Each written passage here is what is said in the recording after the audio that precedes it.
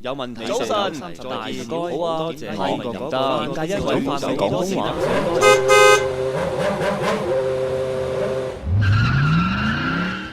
Hi everyone and welcome to Cantonese in 1 minute. In this chapter we're going to see one word which is 飛機. I repeat it again.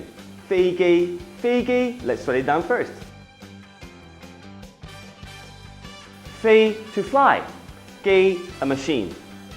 飛機. 飛 to fly. 機 a machine. 飛機 a flying machine. Now usually 飛機 are in a 飛機場. 場 is like a place or a square, like Times Square. 飛機場, the flying machine place. 飛機, 飛機場. Let's go there now. That's it. We are at the 飛機場, the airport. 飛機場. 飛機, that's the airplane. And there are a couple of 飛機 behind me. 飛機, 飛機場. 飛機, 飛機場. That's it for now. So don't forget those two words. 飛機, the airplane, and 飛機場, the airport. 飛機, 飛機場. Look, 飛機啊!